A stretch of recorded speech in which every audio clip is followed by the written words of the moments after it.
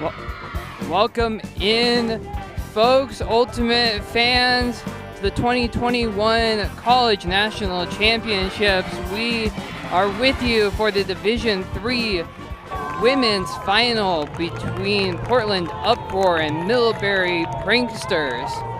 Both teams undefeated so far, topping their pools, relatively unchallenged. Should be a fun game to watch. I'm Jenna Weiner here with Keith Rayner. Keith, both teams' major point differentials in their favor throughout the tournament. What do you think are some of the keys for both of the teams to have success once again in this game? Middlebury's, I believe, plus 43, and somehow Portland outdoes that with plus 45. And these teams have been very effective throughout this tournament. Even with Portland getting pushed a little bit in their semifinal, Middlebury pulling away a little bit more. And the defining part of this game to me is going to be that Middlebury deep game. If Portland's not able to slow down the fast-breaking, high-octane Middlebury offense, it could be difficult. But if Portland's able to disrupt that, play their style of game, make the game more about their tempo, then this Division III title may be going back to Portland. Portland coming in with the shorter roster compared to Middlebury. Last game in a long weekend, will that short roster, those legs, start to wear down? And with both teams, their closest margin of victory, 15-11. If it gets to 12-12, 13-13 in the last stages of this game, which team will be able to hold their nerve to close it out? Untested teams, but Jacqueline Mataoka, one of the key faces for this Portland team, so a name we'll probably be saying a lot. She was a big part of their win over Carleton Eclipse in the semifinals. They really had to grit that out at points. I mean, they played a long, hard game that a lot of really contested points.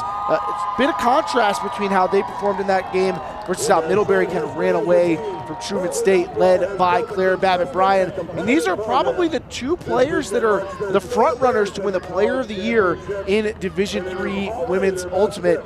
So this could be a deciding factor for that award too. Probably not what either player's thinking about with a title on the line. Probably much more focus on the execution on the field.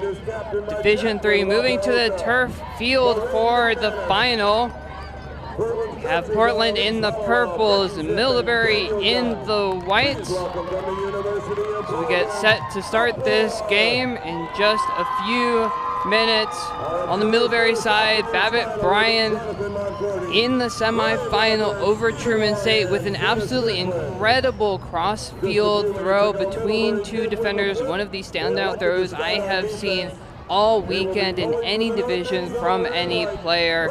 Portland able to generate a pretty decent margin of victory, 15-9 in their semifinal. Will look to continue that momentum. They took 3 early breaks back to start that game. They'll hope they can do something similar here, although it will be Middlebury with the opening pull.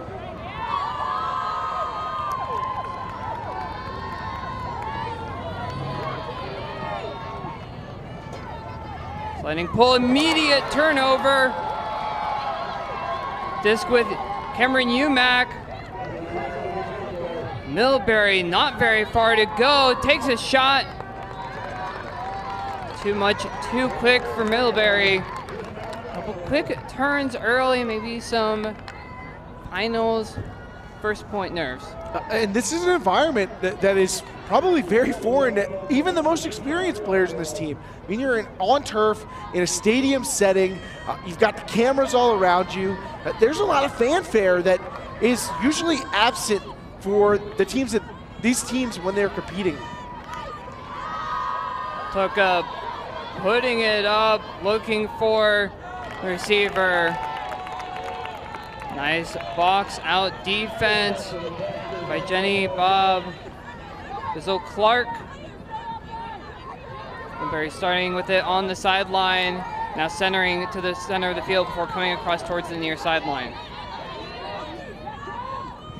Run through D from Portland. That's Kim Dorr, one of the outstanding players for this Portland team offensively and defensively. Showing the defensive chops on that run through block. Near sideline, up the line, too high for Dorr.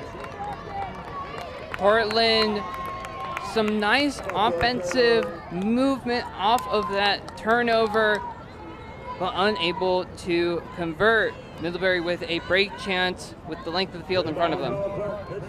Portland probably really happy to get into the red zone there, but walking away empty-handed. Low throw is grabbed by the Middlebury player, looking for a reset. Another low throw scooped, rolled up, that's UMAC.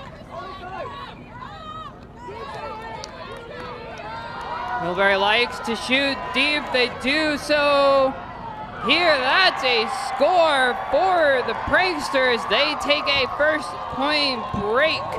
Middlebury lead Portland 1-0. Natalie Dotson looking almost shocked to find herself in the end zone, but I'm certainly not. I mean, we saw two hucks immediately from Middlebury. They are not shy about their offensive identity. This is a team that likes to put the disc deep.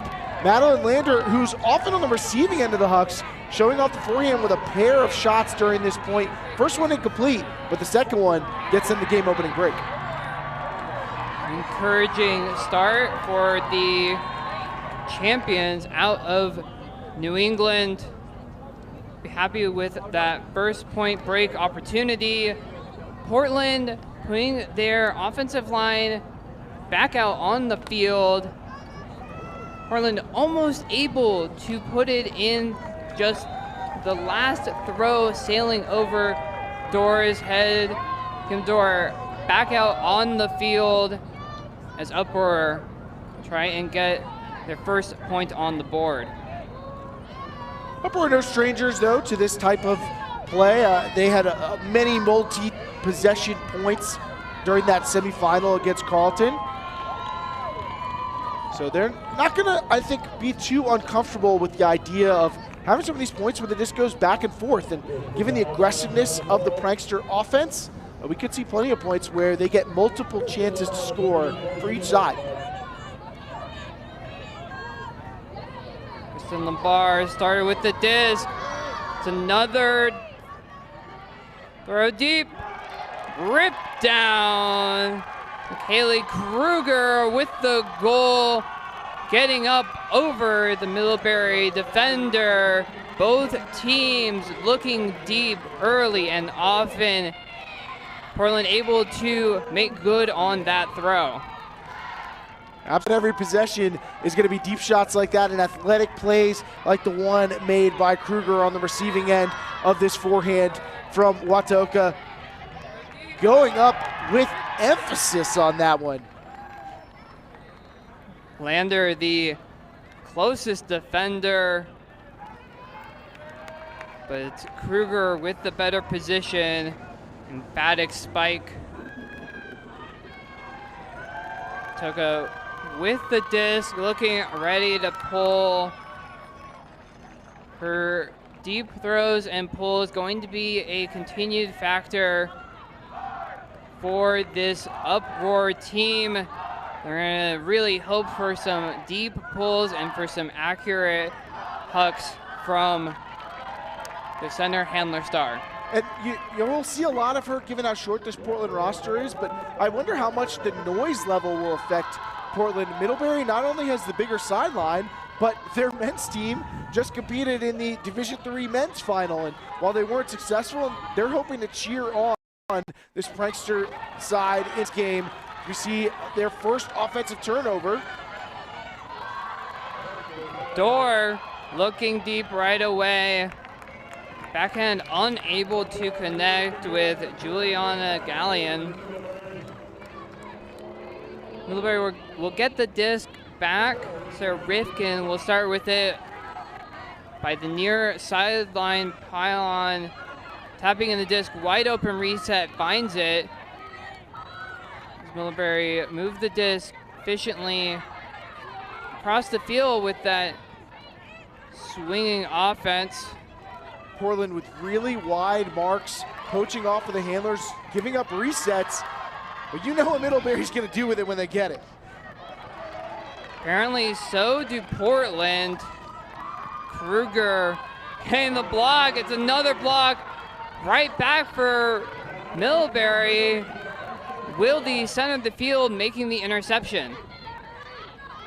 Wilde, a big thrower in her own right, loves to go to the forehand.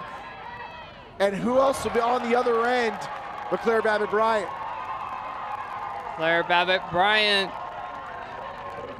a impressive thrower and can cut deep as well, getting under that throw to pull it down, supported by a teammate. Babbitt-Bryant, the one to eventually get the disc. She's been a steady playmaker, and that combination of Babbitt-Bryant and Wilde has been a frequent connection for the Pranksters, helping them reach the end zone, often in short order. Just took one throw on that throw from Wilde with the interception, putting it deep right away. Something that Middlebury has done time and again. We saw in the semifinal against Truman State that the Tsunami ended up pulling out a zone look later in the game that did slow Middlebury down. Be interesting to see if Uproar make a similar adjustment the next time they're on defense. And I imagine that both of these teams took some time last night, maybe stayed up late to watch the tape from the opposite sides semifinal. So they may have some strategic adjustments in the pocket that they came up with just overnight. We're operating out of a side stack. It's another deep throw. Door there on the near sideline. Not too many throws for another score. This one for Portland. They tie it up 2-all. Jenna, I think we got ourselves an old-fashioned shootout. I mean, these are two teams that are taking their shots. They don't want to waste a lot of time with a disc in the middle of the field where they can give up short field opportunities to their opposition. They want to get to the end zone, use their athleticism in these big throws. And, you know, they say that styles makes fights. You get that contrast where different types of strategies. And these two teams do have different approaches, but the end result, the general lane that they're going for is that deep space. And I kind of want to see who can do it better. Bar making a motion towards that forehand, but only looking for the backhand throw. Portland receivers knowing what the play call is, two of them in vicinity. Door with the goal. Feeling like a bit of a basketball game, back and forth, up and down the field for both teams. Again, Middlebury with the slightly deeper roster. Portland going to be relying a lot of those same players to play point after point. A game that's this up-tempo, it may take its toll. Portland simply may be used to it. Possession saved there by Wilde. Bryant, second effort is good. Directing traffic now, trying to find a reset. Gets the disc up the line. One more, not quite in. Babbitt-Bryant, that's goal number 2 for the Middlebury Star.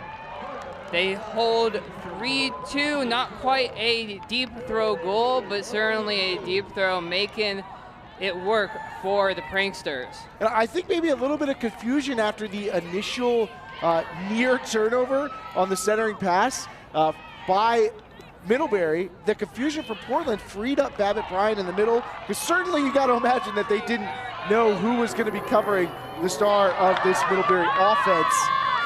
But you know, you don't literally often see the head-to-head player of the year potential matchup. But at the end of this possession, guess who's guarding Babbitt-Bryant? Wataoka. Not able to contain Babbitt-Bryant in the red zone. So she finds the end zone yet again.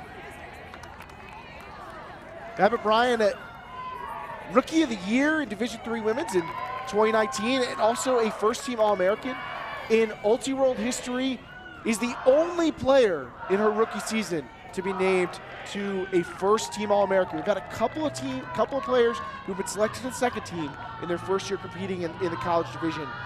Claire Babbitt-Bryan, the lone player who as a first-year player was considered one of the top 7 performers in the country. Bryant continues to show the talent for the Pranksters.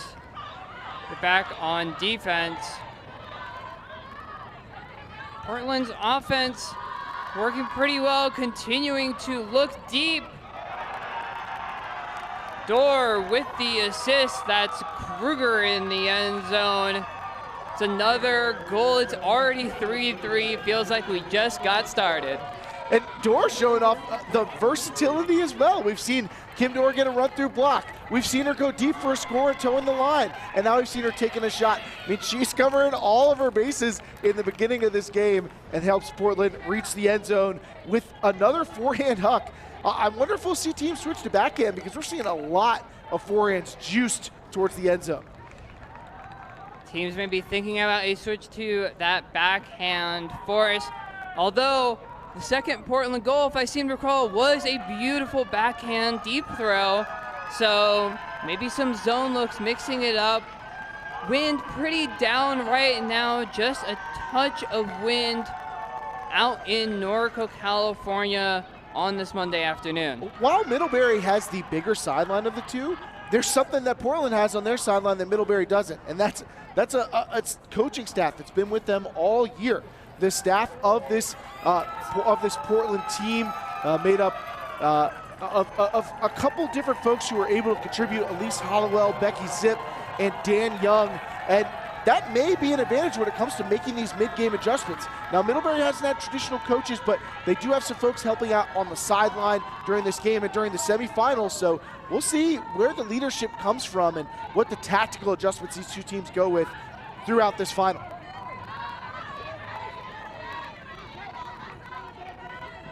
So far, no notable changes, although maybe a bit of a switching force. Seems like, as you called it, Keith, a backhand force from Portland, trying to play a bit poachy on those handlers, making it difficult. Middlebury able to get it up the line. Rifkin with it, angle pass, out. Toes on the line for the Pranksters. Arguably maybe a bit of an unforced error, unaware where the feet were at. Dorr with it, now waiting for the rest of the team to catch up. Patoka, Dorr once again wanting it, unable to. Maybe Pranksters knew it all the way. Maybe you thought Kim Dorr was waiting for some reset to come up behind her. No, she was just waiting for somebody to get far enough downfield for her to put it. Middlebury with a ways to go. Floated throw, caught by Carty. Babbitt-Bryan, Wilde just too high for Claire Babbitt-Bryan. Kim Dorr, another block, just absolutely filling up the stat sheet. Deep throw, right out of bounds. I don't want to say these teams could be too huck happy, but maybe a bit too huck happy. Certainly on this point, turnovers both directions, as Middlebury and Portland not quite able to dial in the deep shots on this point. The fact of the matter is that it's likely that this pace of play favors one team. Now, both teams may believe it's them, but only one of them's probably correct about that. Once again, Babbitt-Bryan versus Dorr. Babbitt-Bryan wins it this time. Waiting for team to catch up. Opts for a reset to Wilde, center of the field.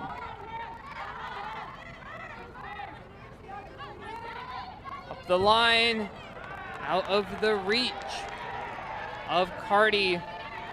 It's another turnover. This point starting to extend a bit. Maybe the sprints up and down the field. See some players putting their hands on their heads or leaning over, trying to catch a breather. They're effectively doing 70-yard sprints up and down the field, and a timeout is in fact taken right on cue. Wataoka calling that timeout as if I need a break. Just not quite frustration, but maybe a little bit of exhaustion as she throws the disc down after the timeout. And I want to give credit to Kristen Labar on this Portland team who's done a wonderful job defensively this possession on Wilde. And I think that's part of what has forced this Middlebury offense to work the disc a bit more during the course of this point, is they haven't been able to get the disc reliably into the hands of Wilde, not with power position. And Wilde's probably their best deep thrower, and that slowed this offense down a little bit, forced them to execute at a little bit higher level. Both teams trying to talk it out. Bit of a smaller huddle for Middlebury. We're going to actually send it down into the field to Scotty Dempsey, a sideline reporter for us, checking in on what the atmosphere is like down on the field. After watching both teams play all weekend, it's clear that Portland and Middlebury excel in the air. So watching Claire Babbitt Bryant and Kim Dorr's matchup is really a joy to watch. Both girls are challenging each other for all the different throws that are going up, and it's great to see both teams' offense be challenged. Thanks, Scotty. Toka putting the disc back into play for Portland. We think that they will continue to look deep. Door up the middle to Atoka. Pauses, thinks about it. Actually motions for an undercut, but instead it's Door up the line. Of course, putting it deep once again. Great pressure defense by the Middlebury defender. Portland unable to connect. Middlebury having to once again work it the entire length of the field. Josie Bourne getting the block for Middlebury, and maybe a bit of fatigue on the part of the receiver, Julia Hanley. If she were able to stay focused on that disc, she might have had a shot on the second effort, but head goes down after the play, maybe feeling a bit tired. A hanger. Near Callahan, and it's a block back from Portland. Hanley making amends, getting the block on the far sideline. Portland always trying to find Watoka in the middle of the field, trying to motion for a reset. Door comes all the way back into the handler space, goes straight up the field. That is a Portland score. That is a Portland break. They take a 4-3 lead. Annabelle Lapp with the goal. And that's the first time that we've gotten to see this uproar red zone offense, and it is distinct. Clearing 4 cutters to the back line, a lot of room between the cutters and the handlers. That's going to enable handler upline cuts, but it's also going to enable for isolation cuts downfield. I don't know how much we'll see that look, given how frequently these teams are looking deep, but it's something that I imagine the Middlebury team is going to be looking for in the future and trying to figure out how to counteract.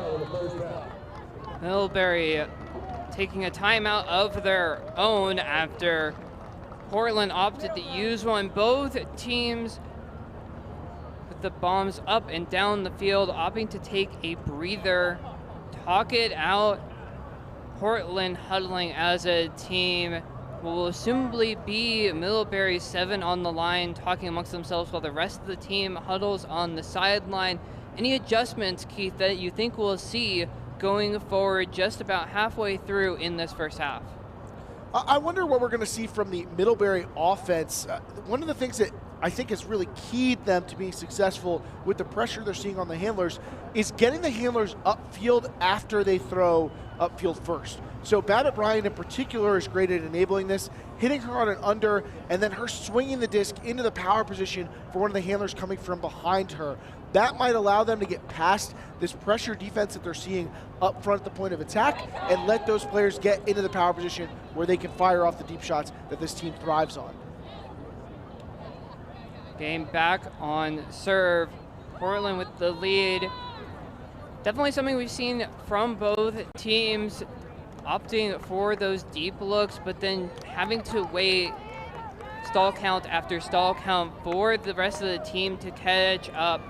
Might be an adjustment for both teams to try and find resets early, as Middlebury players going to the far sideline where the stands are, trying to fire up the crowd. Their men's team, a tough loss in the previous game to Oklahoma Christian.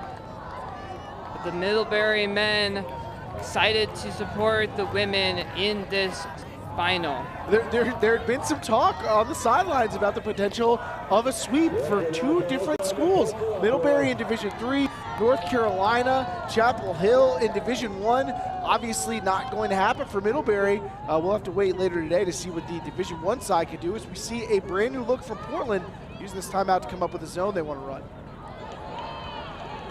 The zone forcing a tough forehand.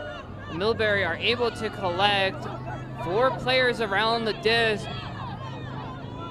Middlebury able to swing it well, though. Near sideline to far sideline, low throw though. Short hops to Wilde. Portland making the adjustment, bringing the zone. It works to force the turn. Watoka going to pick up the disc, putting it back into play. Bryant on the initial mark. For Kim Dorr has it in the middle of the field. Dorr working every other. Bit of a bladed throw. Not able to connect with her receiver. Middlebury try and work it again. Love to see Middlebury trying to push the pace in transition, make sure they don't have to face that zone again. An absolutely gorgeous throw by Bryant.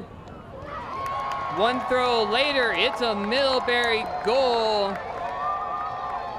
Sidra Pearson with the deep look finds Cardi for the score. Back tied 4-all.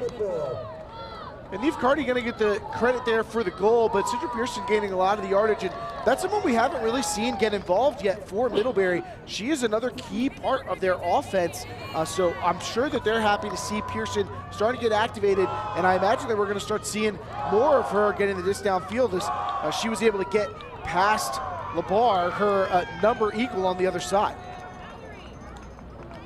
4v4 on the field, 4v4 on the score sheet. A bit of a low wobbly throw.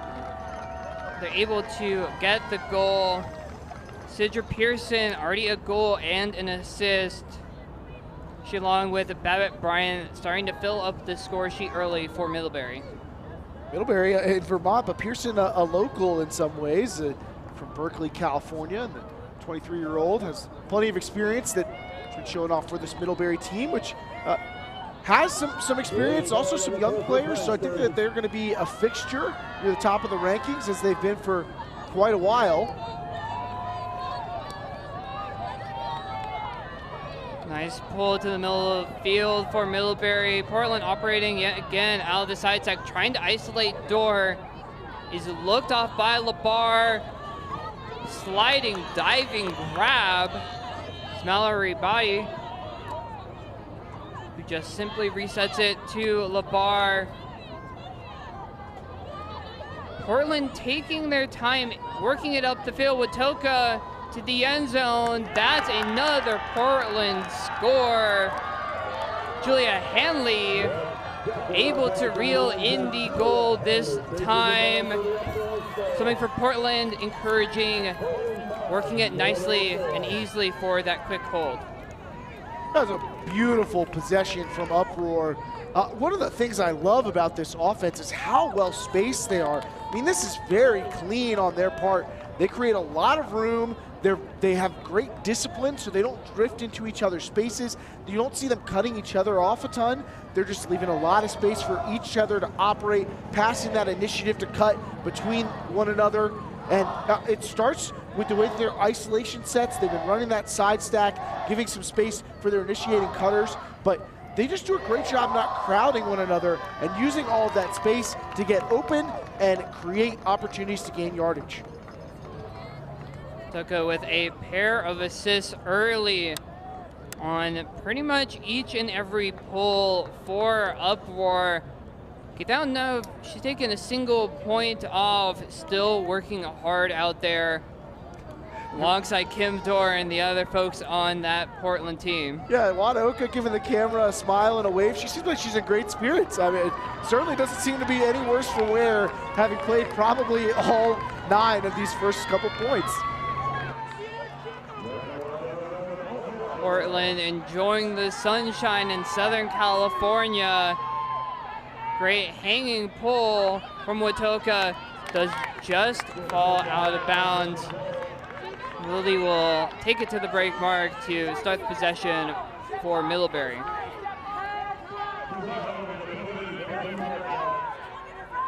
And you can already see how wide these marks are. Even though this is a matchup defense from Portland, they're going to do some poaching or just get it on the downfield. Run through D attempt from Portland. Galleon against Bryant. Discussion happening now. And I thought it was, like, I hit the disc first and then I felt the contact like in the hands. I didn't feel any in the body. Okay. So I'm gonna contest that. Okay. Would you like to, so it's a foul contest, would you like to come to an observer for a ruling or keep it as a contest? Either one of you can come to me. I'll keep it as a contest, I guess. I don't know. I felt like there was contact. Okay. I didn't feel any contact there. In the body at all. Okay, so are you coming to me for a ruling or are you just going to keep it as a contest? No, if you're good with the contest. I'm good. All right. Okay, we're going to keep it as a contest. It's going to come back. Good old agree to disagree between the two players, saying, hey, here's my perspective, here's your perspective. I don't think they align right now, but we don't feel like we need a third party. We're both comfortable acknowledging that the other one has a different view on this. Always great to see those discussions get resolved without too much incident. Galleon impressive on that near block, taking the Babbitt-Bryant matchup for Uproar. The Pranksters trying to work it up the field on the near sideline before centering it back to the center of the field. And this is something I want to know about this Middlebury offense. Can they operate in plan B? Can they work the unders if they have to? So far, so good on this point. Trying to be patient. Valentine finds Wildy. Inside throw, low throw, too low. Wildy not quite on balance as she tried to get back to the forehand side after the big backhand fake. And without her feet quite all the way underneath her, not able to power that out to space like she wanted to. See a wide mark from Valentine, trying to prevent the initial deep throw. Wildy and Watoka battling it out in the reset space. Call though. Back a few throws. Looks like a stall call. We'll see how it gets resolved. Probably at least coming back a throw or two as the players talk it out. Contest. You want to good stall, contest, coming back here. This going to be coming back to the hands of Holly Turk. Toka and Wildy there. I wonder if we'll see a initial boost to try and just get it off of their end zone. Instead, it's a bobbling grab. Great concentration to complete the throw. Pranksters, though, with the energy, with the momentum, knowing that they have pushed Portland back, now operating out of the end zone set. They outbid from Babbitt-Bryant, just not there. Portland with another chance. But the Pranksters with some great downfield defense, some great reset defense to make life extremely difficult for Uproar. Some really close plays on this point. You could see these players really battling it out and how it could be a game of inches. Lap opts to just put it right away into the hands of Galleon. Once again, looking for a reset after that deep look. And a stall is called. Again, not quite able to get the offenses in order after those successful deep throws. We'll have another discussion. Okay. I feel like it was really, really close. Okay. I'm down to go. Yeah, I'm down to go. Okay, my ruling is not a stall. It's whoever got the first pass. My personal internal clock from I think all players over time, you kind of develop that internal 10-second clock. That felt closer to 6 to me. Felt pretty quick, so Portland retained possession for the time being. Great pressure on the under. That's Cardi again getting involved. Middlebury trying to move it against the poachy defense of Portland. I like the idea for Middlebury. Confusion on the defensive part. Might as well ratchet up the pressure, make them have to figure it out faster, but not able to gain a lot of yardage. Bryant running the show. It's a grab by Wilde. Players okay with how that worked out. It's a Middlebury goal. Wilde just able to maintain possession and the team celebrating it. Oh, Chenna, my heart just skipped a beat right there. That is, to me, one of the scariest plays in Ultimate. Up line, out to space. You got a handler running it down and a poach coming up from downfield that they don't see. Fortunately, players able to get away safely. And there were quite a few close plays on this one, but blocks both ways. Then you see narrow play, pulls up just at the last minute. Labar says, maybe I shouldn't go all the way into this one. And fortunately, I think that helped avoid what could have been dangerous contact. Everybody's safe and okay with it once the play resolves, and we're back to even 5-5. Kruger probably making the smart play to slide to avoid the contact with Wilde. Wilde with a goal and assist already.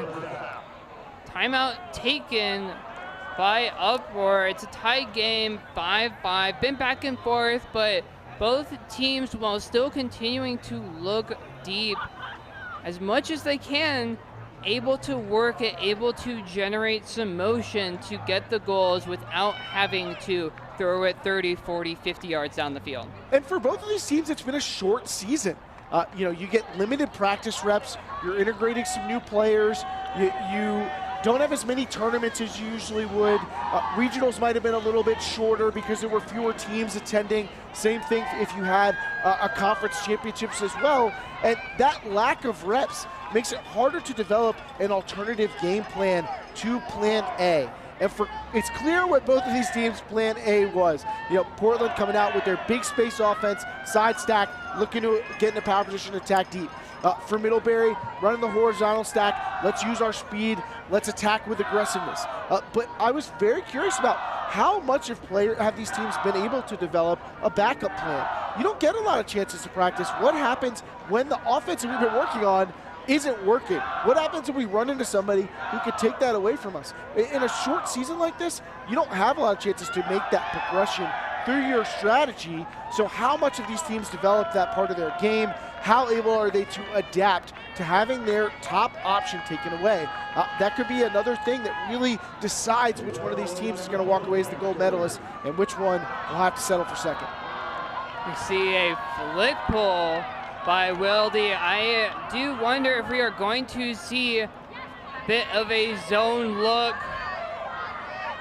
Not so on this point from Middlebury. It does not matter. Unable to get the reset connection is Uproar.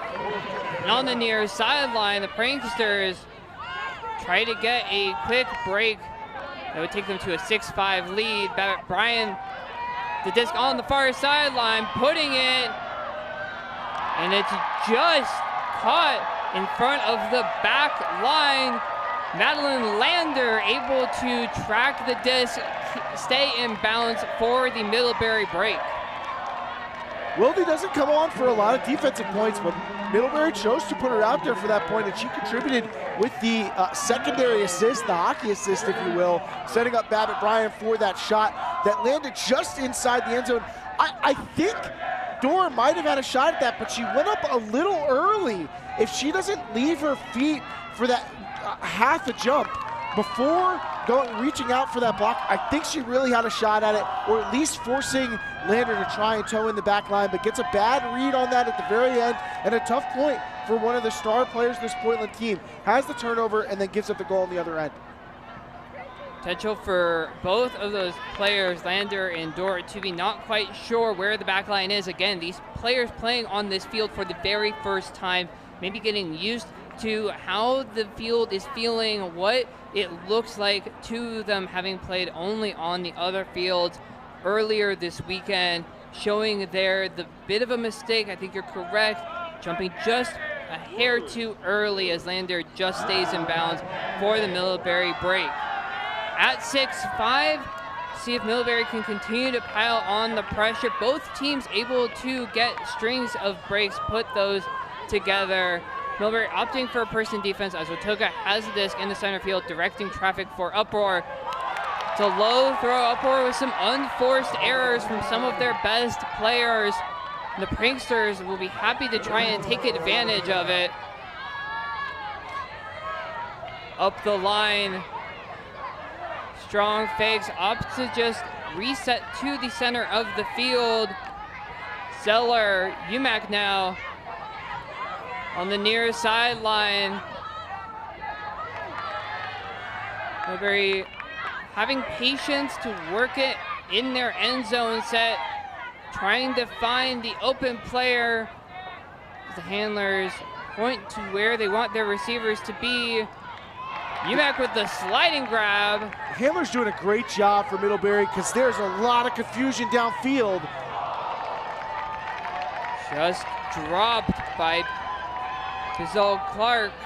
If Middlebury had a coach or has a coach now, they're probably frustrated by the nature of that red zone possession. Took a long time for the downfield players to try and get any sort of cleanliness to their stack. And even though they were able to generate a cross-field look, difficult one to hit. Nice shot from UMAC, but incomplete. Dorr looking for the deep throw. Gallion, a stumbling and diving grab is converted by Hanley. Portland eventually able to get it done. Dorr making up for the earlier turnover. And Hanley doing a great job of following the play to get the goal.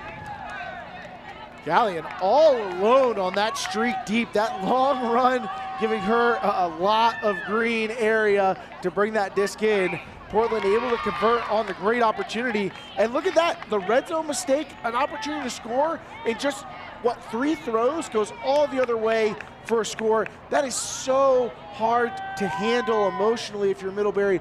You go from the high of having a great scoring opportunity to giving up a goal. They could have really grabbed this game by the horns. Instead, we are back to even. Hanley with 2 goals in this first half. A fantastic slashing cut, 7 cut, just loses a touch of footing in the turf, but was able to maintain the balance to catch the goal. Portland back on defense. 6-all, we're winding down towards halftime. It has been a back and forth affair, not just in scores, but up and down the field as well. And a lot of these players playing a lot of points. Wilde back out on the line for the offensive Pranksters possession. Toka pulling for Uproar. She's been doing all game. Pranksters put the disc into play, facing the Uproar zone. Portland opting to pull it out again, trapping back Bryant on the sideline. But it's back to Wilde and across the throw. Middlebury able to work out of it for the time being. Justin bounds. Pearson, a loop throw. Wilde on the far sideline. Pranksters doing a great job so far, making that Uproar Cup work. So they chase back and forth, sideline to sideline. Middlebury going for horizontal yardage, throw after throw, but then finally make the mistake. This is why Portland wants to force Middlebury to throw so many throws, extend the length of their possessions. Toko throwing it directly to the Middlebury player. sliding, diving grab. Babbitt Bryant players are maybe shocked at how that play ended up finishing. Our tired legs as we approach the break. Pearson just getting into the lane, catching Wataoka off guard, able to break up the play, intercept that, and give a great short field opportunity for the Pranksters. And they're flying high as they get that 1-goal lead and hope that they can break in half. So far, so good. The celebrations happening both on the field and on the sideline. Toka trying to hit Hanley. Hanley was gesturing for that throw right away. But able to get in the way is Pearson, and Babbitt Bryant able to catch the goal with that sliding effort. 7-6, a break here for Middlebury. 8-6 lead. Pretty decisive in what has been an otherwise very, very tight game. Yeah, Middlebury, we talked about this in each of the games. We've gotten a chance to see them. Their connection with their men's team, I mean, they all have the same team name, the Pranksters. They all kind of have the same mantras and ethos about enjoying their time together. They're a fun-loving team, and we're starting to see that come out from both the energy on the sideline with their men's teams cheering in the stands, but also in the celebrations after they score. I've seen this from Middlebury before. They'll get into some of these theatrical, kind of goofy celebrations. This is the energy that they want to capture to play well. And it's a zone look from the Pranksters and pays off. Wilde with the disc. As that throw from upward just hit the turf. Unforced error once again from Portland. Wilde. Time pressure winding up. And it ends up in a block. Some confusion about whether the Portland player can walk it up to the goal line. It's kind of an interesting situation. So Dorr, I think, stopping to ask if she is able to walk it up, but in the process of stopping, looks like she set a pivot. So they now have to decide whether or not she was setting a pivot or simply stopping to ask about it. Decision that Dorr was just asking for a clarifying point. Dorr, low throw, but just scooped by LeBar. Middlebury putting a lot of defensive pressure. That looked like it was tipped by Lander, but Gallion able to catch it anyway.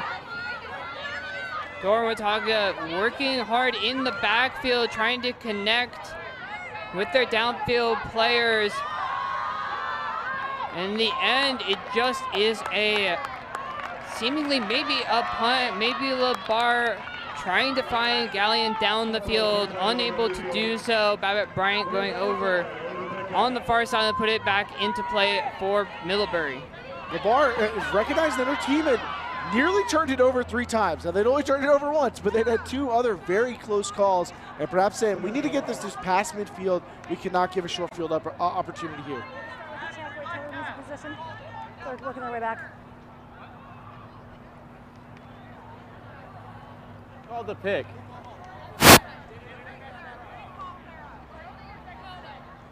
Oh, didn't affect. This is going to stay. Go back to where you were at the time of the pick. That's probably good. Pick called, unaffected. Disc will stay with Wilde. No defender within Miles. Lander up the line for Middlebury. They've been really trying to work the disc up this near sideline with fair degree of success, continuing to do so. Bladed throw, Babbitt Bryant, 2 defenders, doesn't matter. Claire Babbitt Bryant, that's a Middlebury break, the superstar for the Pranksters, getting yet another goal. They take an 8-6 lead into halftime over Portland. Jennifer, for most other players, that is a turnover. Babbitt Bryant was actually stopping her cut to come back under as the throw went up, but makes the adjustment, turns on the wheels, attacks the disc with aggressiveness like it was meant for her, and brings it in for the score. Babbitt Bryant with an impressive first half. The throw, maybe just a bit of a trust throw from the Middlebury player. Bryant running it down, celebrating as she should. 3 goals, 2 assists, and an 8-point first half. Bryant involved in over half of these scores for the Pranksters. Just another impressive half for Claire Bryant. I mean, it has been all tournament long. She has been putting up performance like this after performance like this. I mean, it's no wonder that she has become a household name here in Division III, given the level of play she's bringing to the field every game. Bryant and Hardy celebrating as they go grab their waters on the far side of the field and jog back to chat with their team at halftime. Both teams attacking deep. Portland able to connect on some of those shots, sliding, diving grabs both ways. Claire Bryant and Lander, great for Middlebury. They'd have an 8-6 lead into the half. There is a place where we are us at our best. A place where everyone is welcome. Regardless of age, shape, skin color, or anything else that tries to box people in. A place where we defy the odds, defy the naysayers, and even defy gravity. A place where it's accepted that success doesn't belong to the faint-hearted. It belongs to the brave, to the determined. A place that knows grit, knows grace, knows bright lights, and knows empty bleachers. A place where we remember to laugh. Where we learn to trust. Learn to high-five strangers. And eventually, even learn to fly. A place where character, community, and competition are all as balanced as a disc in flight. That place isn't in a stadium or on a field. That place is in the spirit of our players. Because we don't just play Ultimate, we live Ultimate.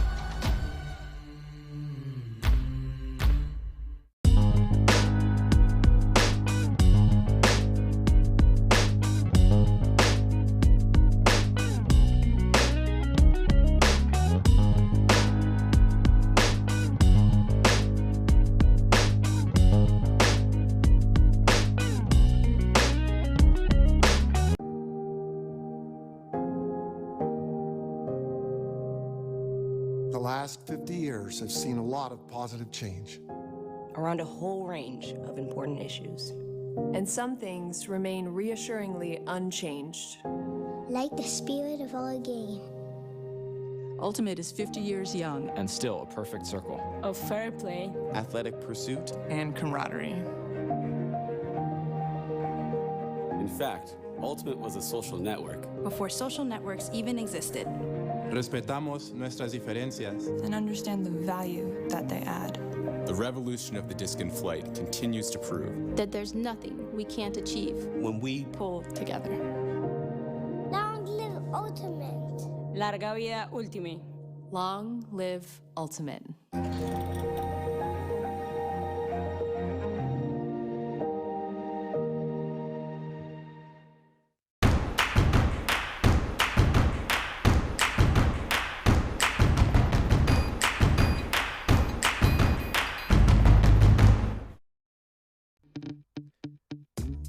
Ultiworld's live streaming coverage of the 2021 College Championships is presented in part by AGW Ultimate. You can find them at agwultimate.com, and they want to remind you, just say no to Big Ultimate.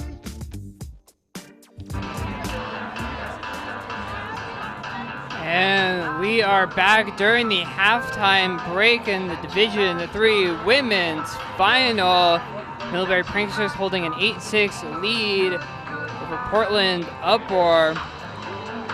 We're going to send it down for a halftime interview to Scotty Dempsey, who's with Portland coach Becky Zipp. Scotty, down to you. All right, I'm here with Portland coach Becky Zip at the halftime report. What does it mean to take such a young team into the finals of college nationals?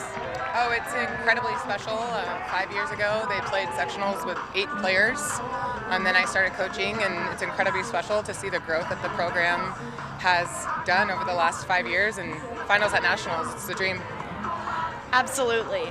So, with the offense looking so strong, what is it going to take for Portland to generate a block that can change the tide of the game? A lot of energy, a lot of grit, a lot of grinding. Obviously, we need to take care of the frisbee when the frisbee is in our possession. But we're a defensively strong team, so I have 100% faith that we can grit back into this game and win it. Finally, you have a team that has lots of star players, and we've seen some players really get their feet underneath them this weekend. What does it mean for players like Juliana Gallion and Julia Hanley, or yeah, that's their names, to really grow this weekend? I mean, it's been such an honor to watch them rise to the challenge. That's all you can ask.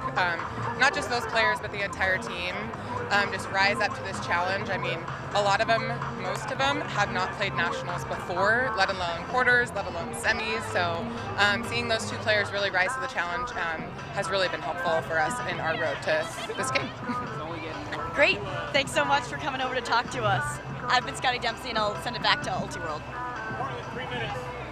Thank you, Becky Zip, for chatting with us, Portland coach, talking about the short roster. We're going to take a break, shoot some highlights from 2019 D3 College Nationals. Enjoy.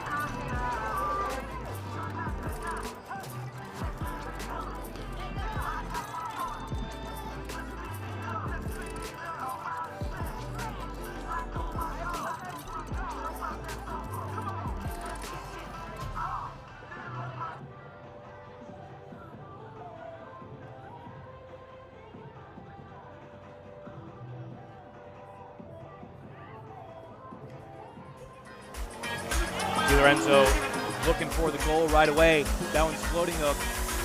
And Villanueva goes up. He goes up so early and so high. Great block. Hand blocked by Gillette.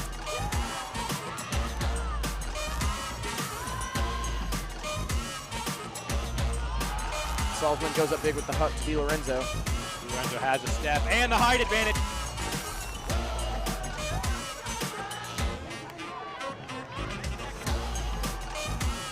A great one-handed catch. Kai DiLorenzo, are you kidding me? Now looking to air it out once again, looking for Strensky.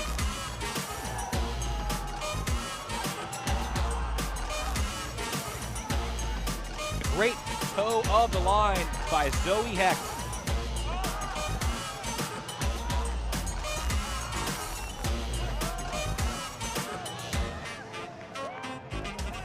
Now Air Force airing it out, looking for Villanueva deep, and that is an absolute dime. Now Gillette unmarked, and that's a recipe for a backhand huck. Hecht with the fall down forehand. Making them 2019 national champions. National championship in her hands. Thank you, USA Ultimate!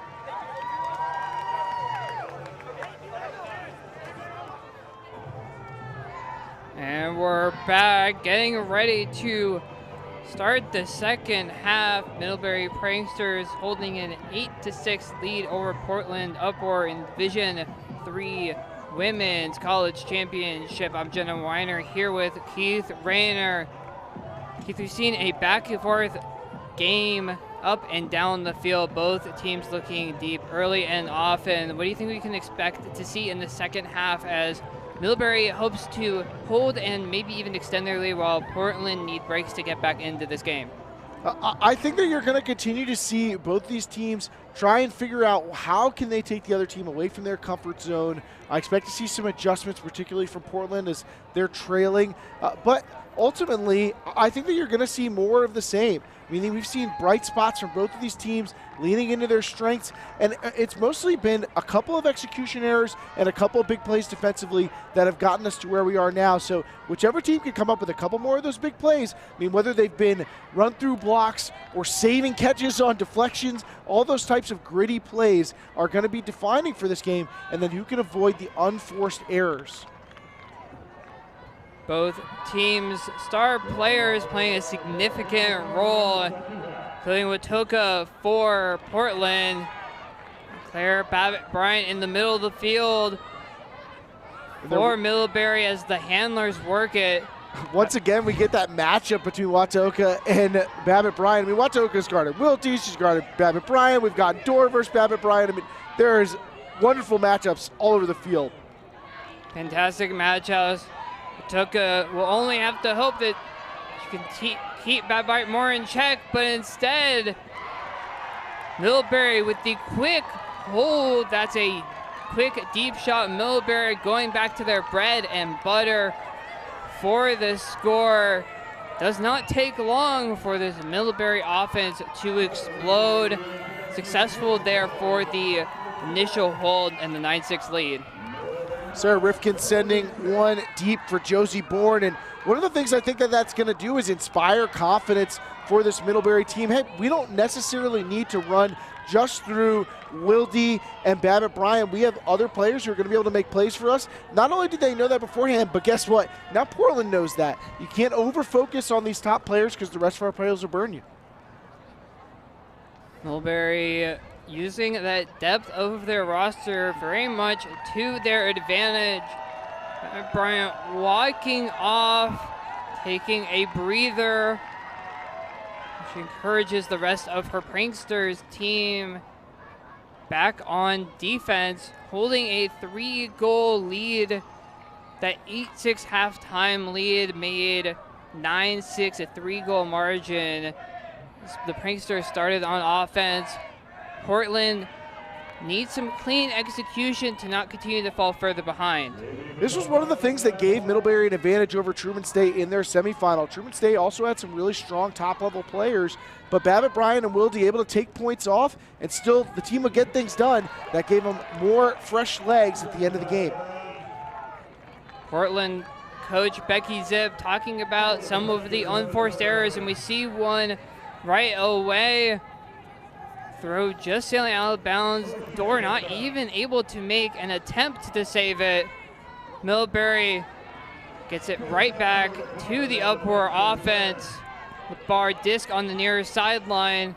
Took a trying to get open. And it is a drop by Body. This continues to stay on this near sideline. Middlebury able to get the centering pass to Zeller.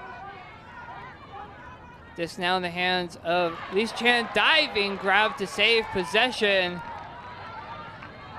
Far sideline, another grab. Middlebury making the completions, but certainly not easy by any means. Absolutely, those are exactly the types of plays I was referring to. Those could have easily been turnovers if Middlebury's playmakers weren't able to step up when they needed it. Lise Chan currently with the disc, sails to the throw. Uproar with another chance, layout by UMAC, not quite able to get the block on Watoka. Dor with the disc, and another throw sails high. Both teams, maybe a bit of extra energy out of the halftime break, sailing their throws. You know, those high forehands getting the better of both sides. Getting over the heads of their receivers, and I don't know if maybe the conditions on the field have changed as we see yet another one.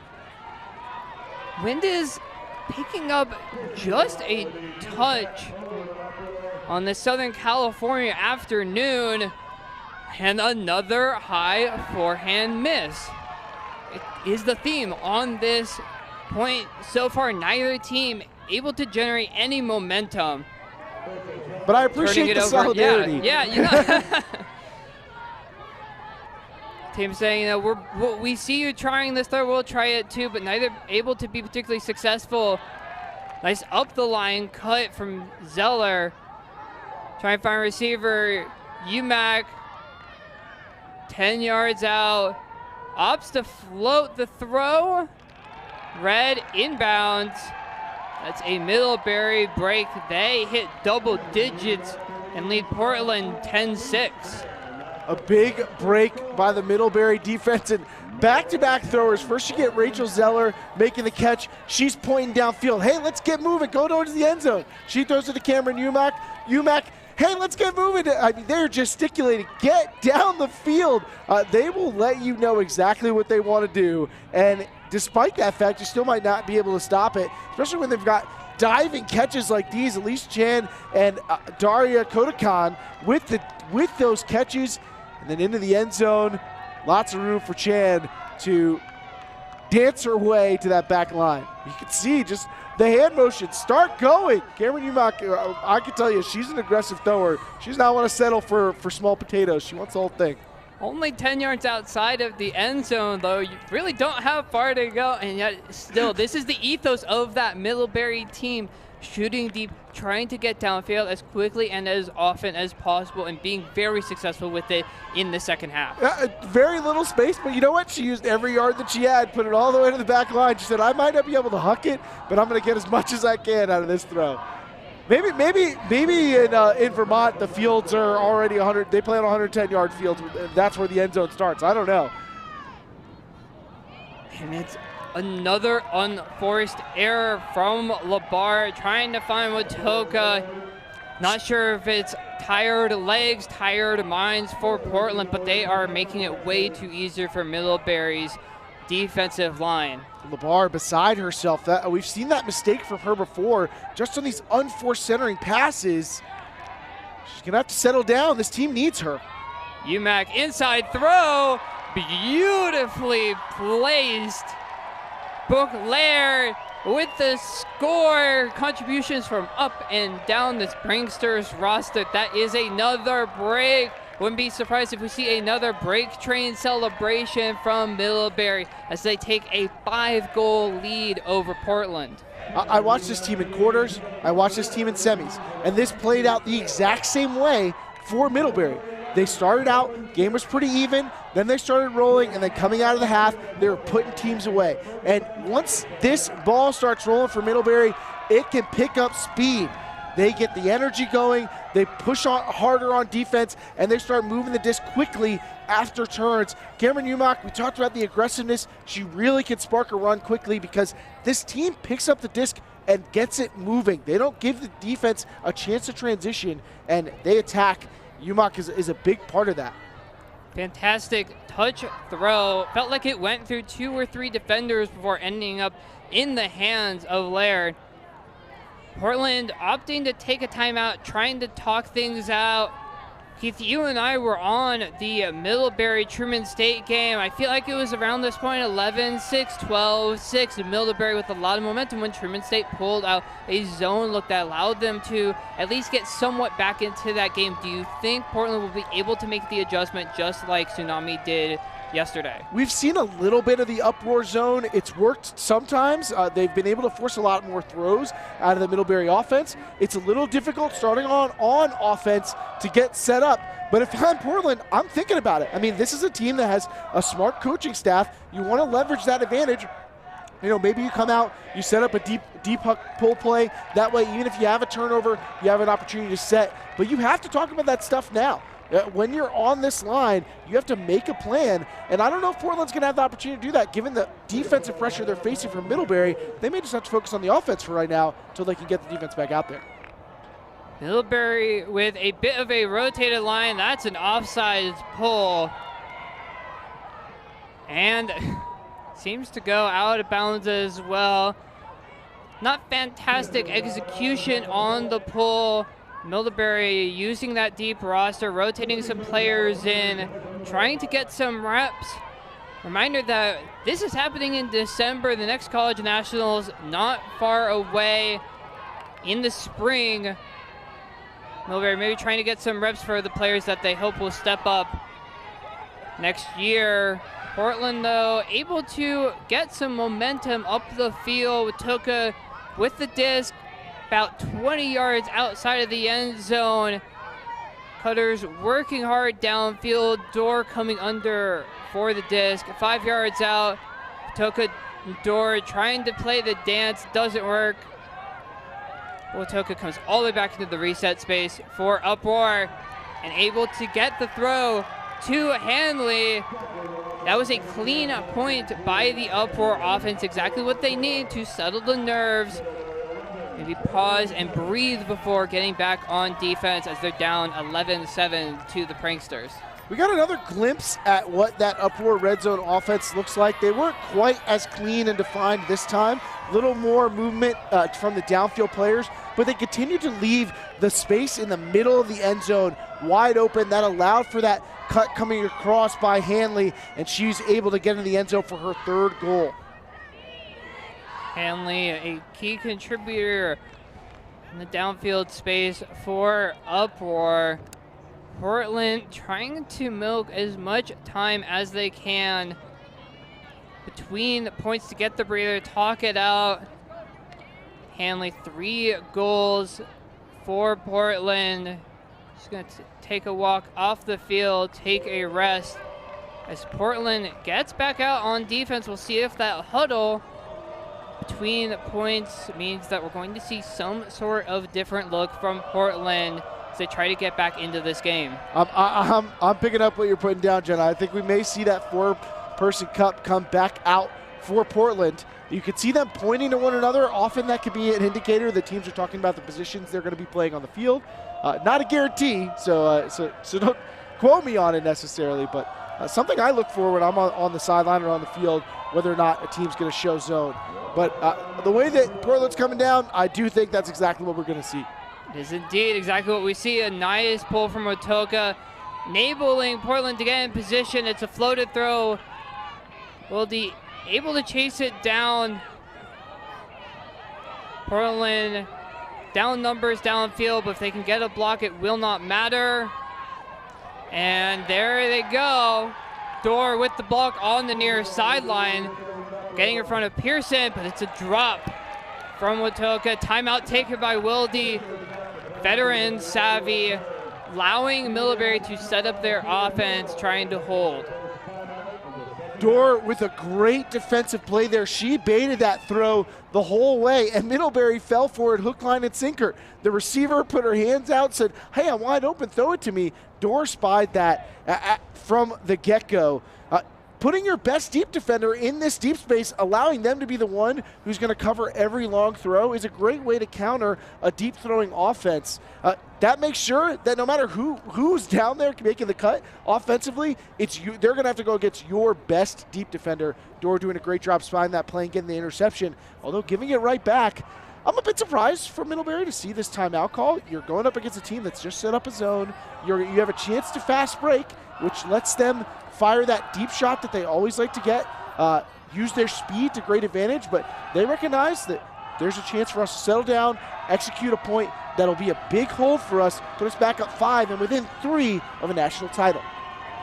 Potentially, Wilde thinking that the spacing down the field, not what Middlebury is quite looking for, trying to talk it out, anticipating the zone look to come back out. Middlebury initially starting in a vertical stack, but indeed the cup sets back up, so we will likely see that vertical stack from the Pranksters dissolve as they start moving into a zone offense look.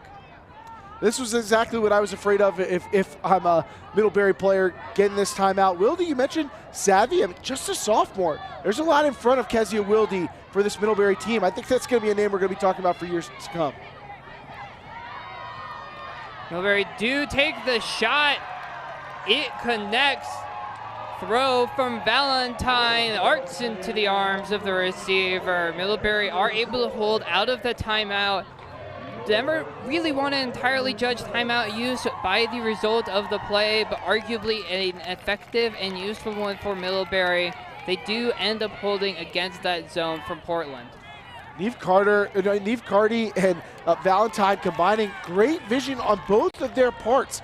Valentine seeing the middle of the field open, throwing that out to space, and Carty doing a great job recognizing, hey, that deep defender Dorr has been pulled into the near side of the field. That's going to open up room for me to attack and put some pressure on this defense.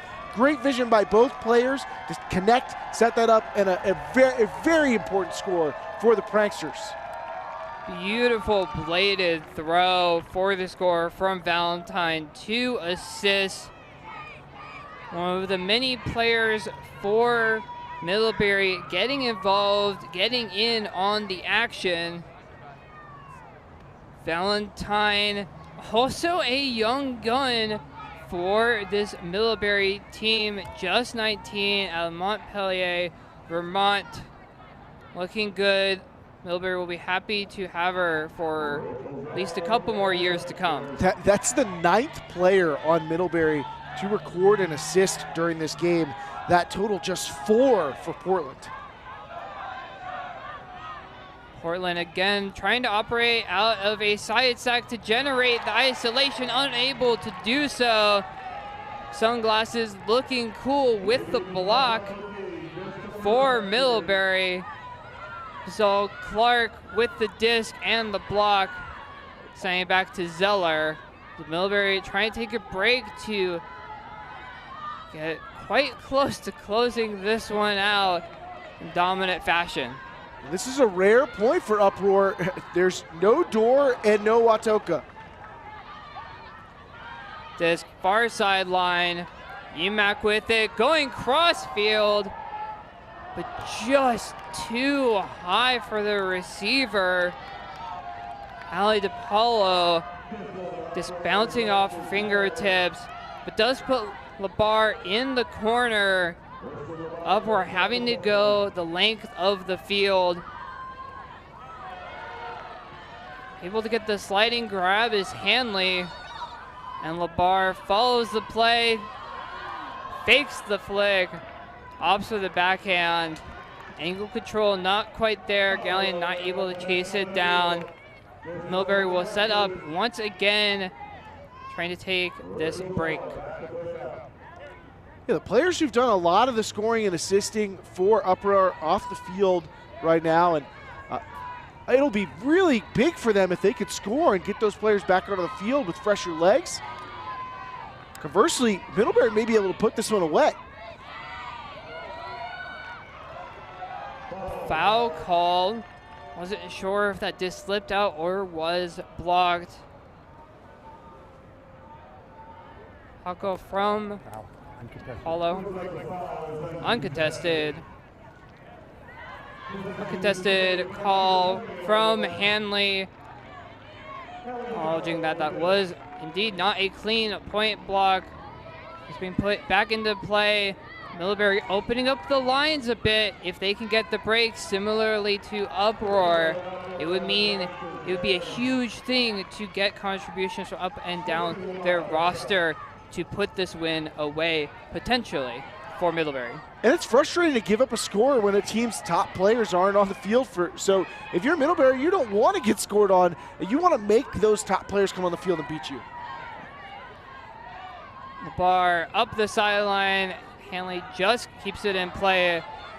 Labar trying to continue on that up the line cut, maybe a bit frustrated with the angle on the throw, but it's a great block from Grace Kellogg.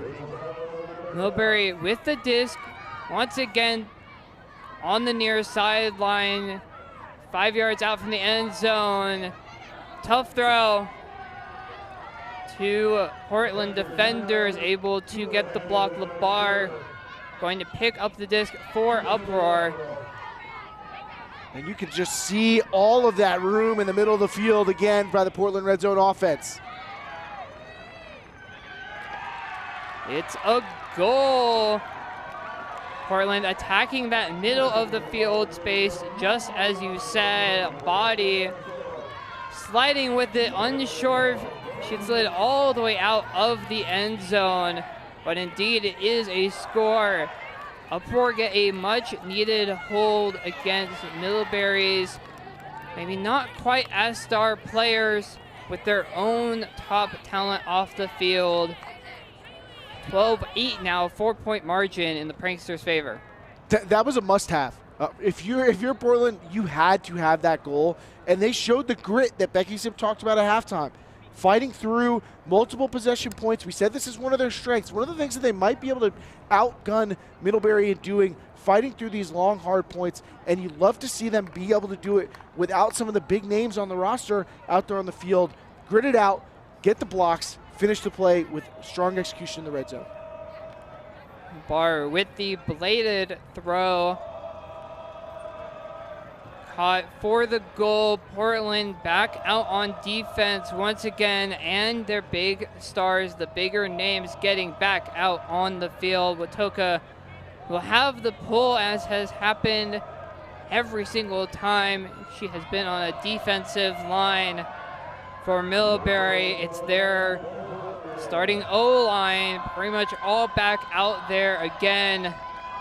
Gain the disc right about at the break mark. Wilde picking up and swinging towards the far sideline. Portland going to need to change things up because they have not been able to get a break. Just a single break in this game for Portland, even though they've been able to get some possessions. Wide open, makes it easy for Babbitt. Bryant to score to Pearson. Easy as you like from Middlebury. That's a hold. 13-8.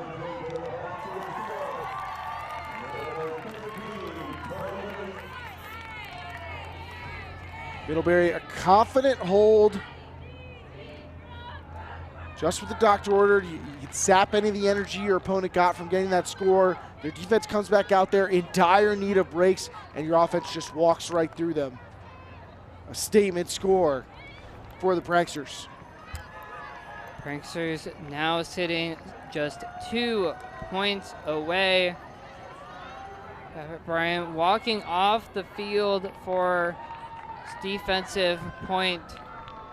Middlebury continuing to open up the lines a little bit.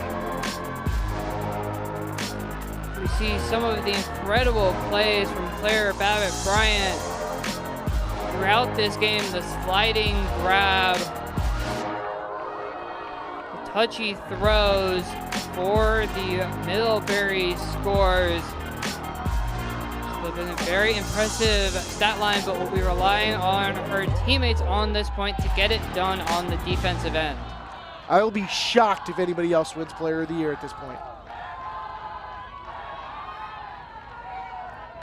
With the lines opened up a bit, Middlebury opting to throw a zone look. I think the first time we've seen that from them in this game. So far, Portland handlers able to work around it without too much issue. Floaty deep throw, ably read and blocked by Middlebury. Another break chance goes awry. Bar walking over the disc for Portland. I like the change in look by Middlebury. Try and extend the length of these Portland possessions. Failed to execute on offense.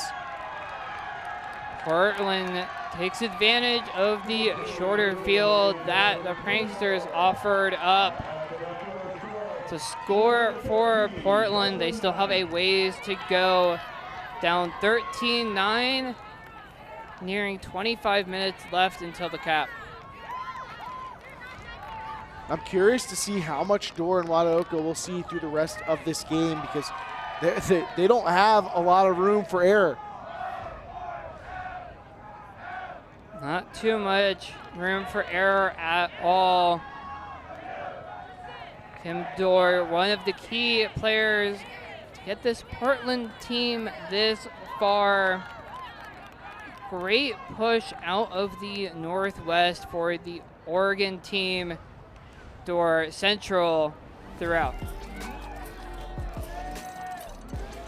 We're doing a little bit of everything in this game. She was a second-team All-American in 2019, as well as the runner-up for Defensive Player of the Year. And she's flashed some of the defensive chops, but we've also seen her big-time offensive impact in this game.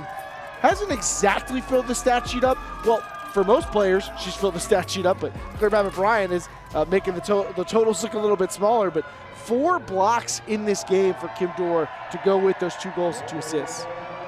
Toka Dorr on the field for this defensive point for Uproar. They need breaks. They're going to continue to play those star players as much as they can. Man, a person defense look. Middlebury disc on the near sideline. Back to matchup defense now for Portland. They're not messing around with the zone. They're going to let their players make plays. Kim Dora run through block. That's number 5 for Dora Watoka.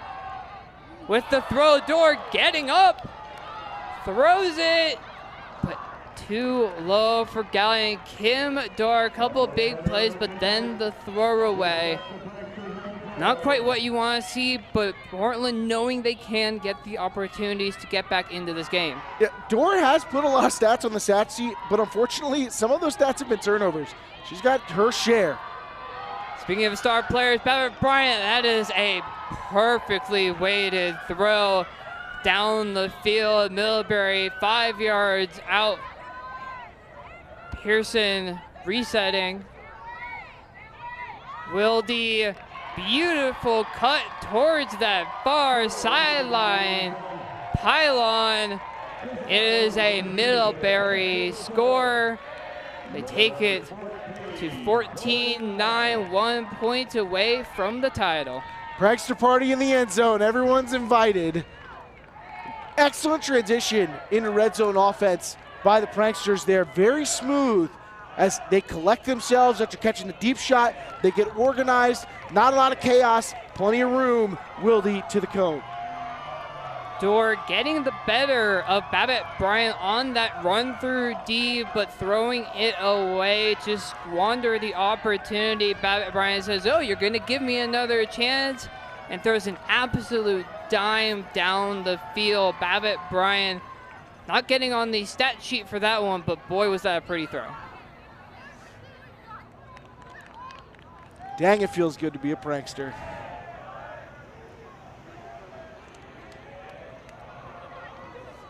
Babbitt Bryant stepping off for this point. Middlebury has been active about utilizing their bench, about getting their depth in, trying to take advantage of having a bigger roster, maybe a little bit more experience on their side. But they've also got a 5-goal lead to work with, so they've got the cushion to use that depth to keep themselves fresh, fight off a Portland comeback. Supported by their very vocal men's team on the sideline. Middlebury women's team has looked fantastic. Big flat mark flashed. Toka says no problem, gets it to Hanley for uproar. Some defensive confusion helps Portland advance.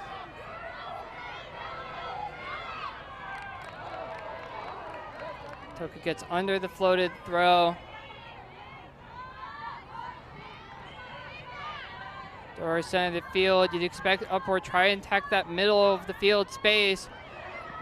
Says it's a little touchy around, backhand from Dora to Hanley. Hanley, yet another goal. Dora, yet another tick in the stat sheet. That's a hold for Portland. They still trail 14-10 though. Needed all breaks going forward. Hanley getting into the end zone for the 4th time, the junior from Tacoma. A lot of these Portland players are sticking around for the 2022 season. 2021 season may not have a lot left in it, especially if Middlebury has their way.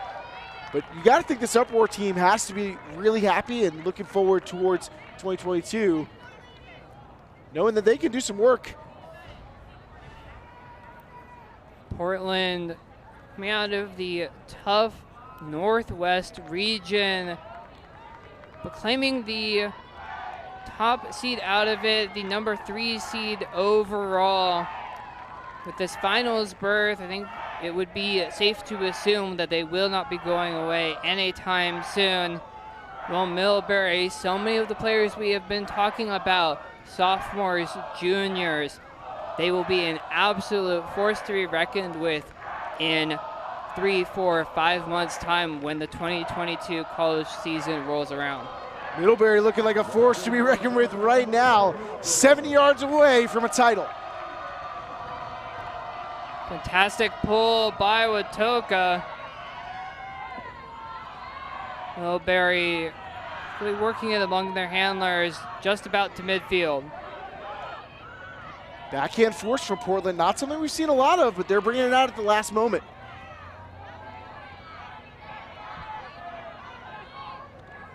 different look, but Middlebury mostly unfazed. Nice cut there. Patient play from Middlebury. Just centering back to Wilde. Across the field to Rifkin.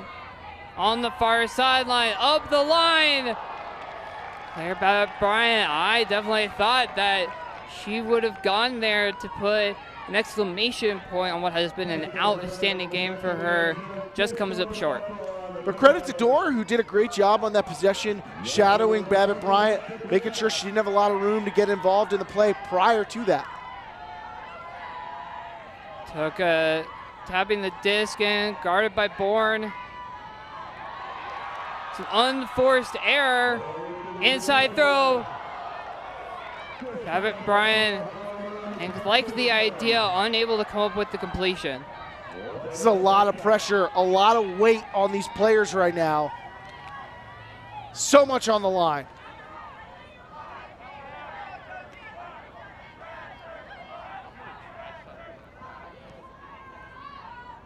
Portland was stuck on their own goal line, able to get out of it.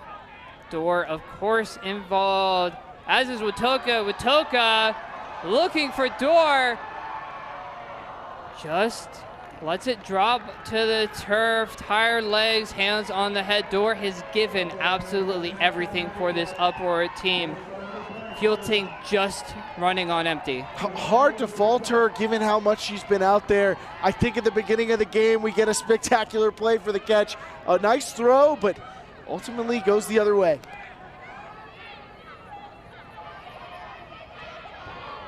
Middlebury, quick movement. Bryant with a huge fake, centers to Wilde. Same movement as we've been seeing from Middlebury.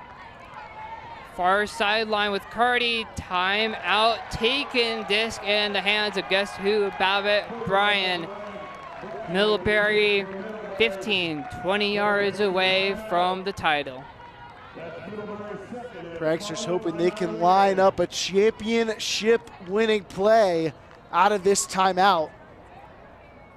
Middlebury men's team anxiously waiting on the sideline. They had to settle for silver, but they are rooting hard for their women's team to take home the gold. As teams chatted out, players passing around water, talking about the play call for Middlebury. All of the star key players for Middlebury out there on the line at the moment, trying to close this game out.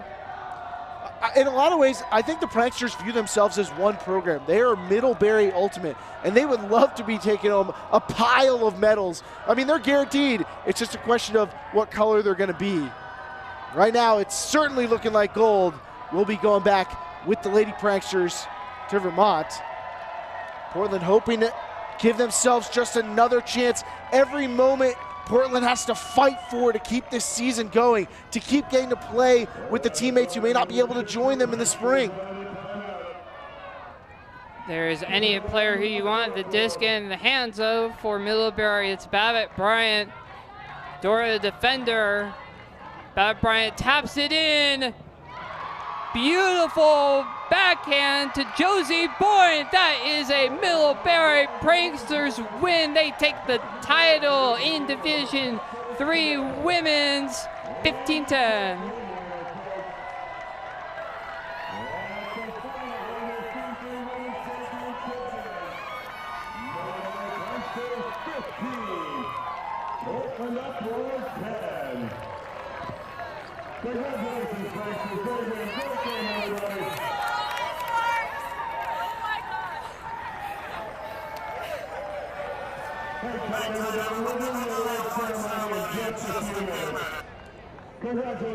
Babbitt Bryant checking in and just stepping around to deliver one of those backhands that she has marvelous with throughout the tournament. Even with one of the best defenders in the division on her, it can't stop her. Just fights around to the end zone. It makes it so easy for her teammates. You love to play with a player like that. Babbitt Bryant's star burning as bright as ever. She's helped lead Middlebury to a title. Teams exchanging high fives. Middlebury men's team on the field. And it's the women's team that runs through the arch of their men's team. They are champions in 2021. Gotta love to see the cross-program support. Middlebury men's team absolutely backing up their women's team. Women's team getting it done in this final. One of the things that I enjoy about watching this Middlebury program is they play with so much joy. I mean, you can just sense how much they enjoy being together and playing together and playing for one another. And I have to imagine that is reaching its peak as they get the glory of a championship. Fantastic play by both Middlebury and Portland. This is the closing game of the Division III competition here in Norco, California for the 2021 College Championships. Later this afternoon, Division I men's and women's division will have their own finals. Men's division, UNC Darkside taking on Georgia. And the women's division, UNC Pleiades taking on Washington Element. Excited to see that. I mean, these first two Division III finals have been thrilling. A lot of big plays for both sides. And like you said, this one was really back and forth. Middlebury makes a big run, and that really made the difference in this game because for most of the way, the teams were pretty even.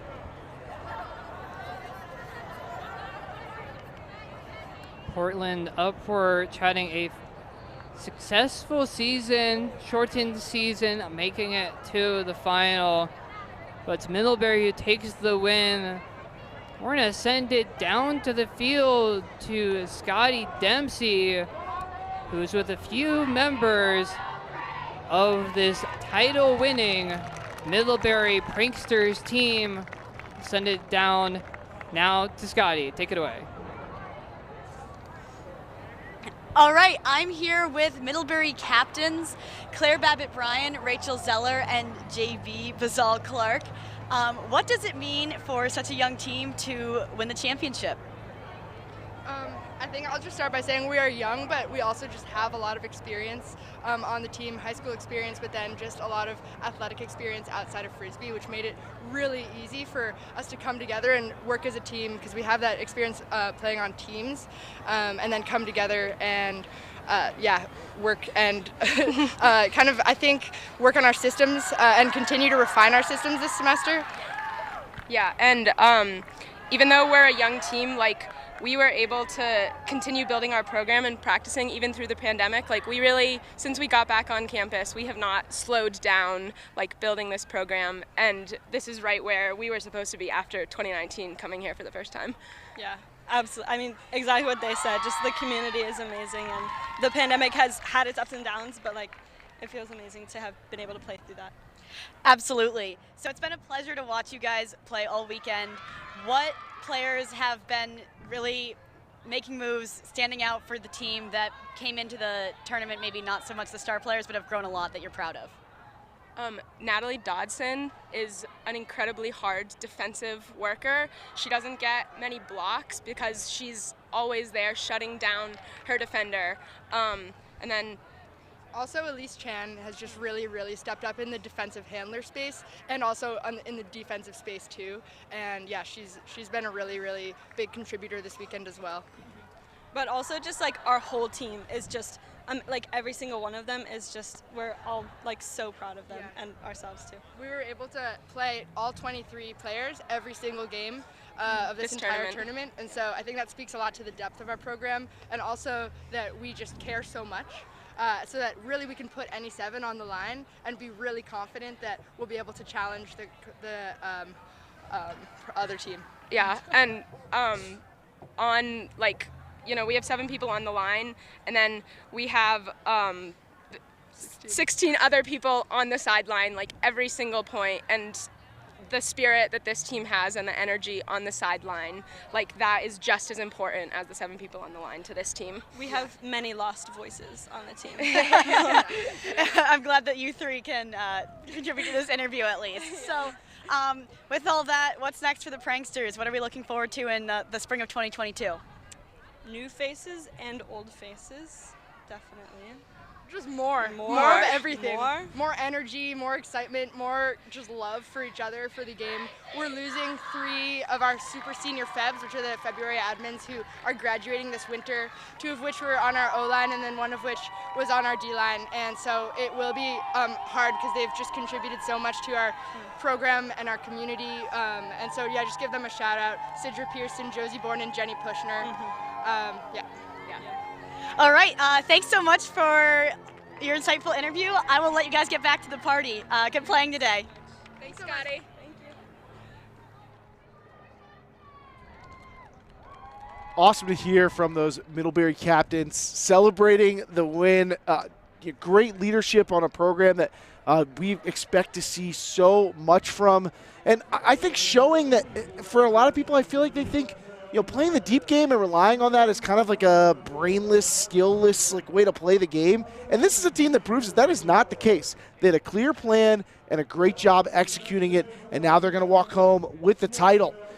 We appreciate you joining us for UltiWorld's live streaming coverage of the college championships, Division I and Division III. It's been a wonderful weekend here, and we couldn't do it without the support of our subscribers. If you want to support us more, you can check out ultiworld.com/subscribe. We got a big team of folks here helping bring all of this coverage to you, many of whom you never hear from. So I want to make sure they can be thanked. Ashton Paulus, Maylienne Converse are part of our camera ops team.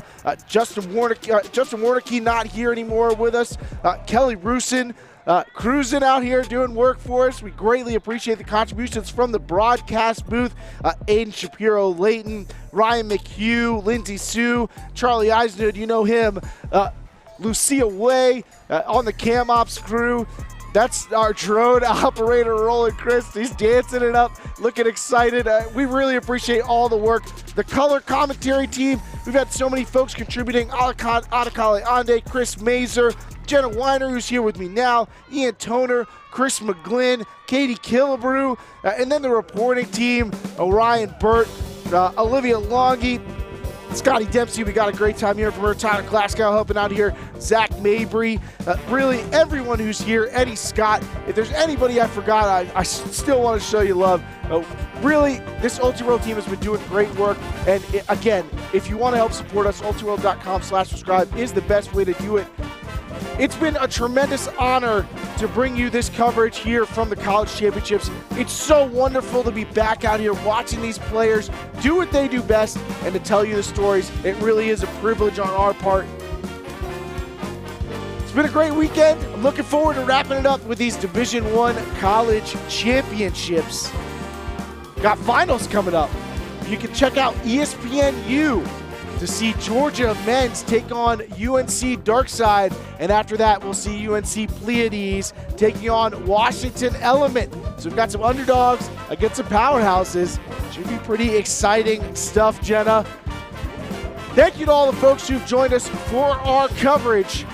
Signing off for UltiWorld, it's Keith Rayner. We'll catch you next time in this ultimate universe that we love to bring to you.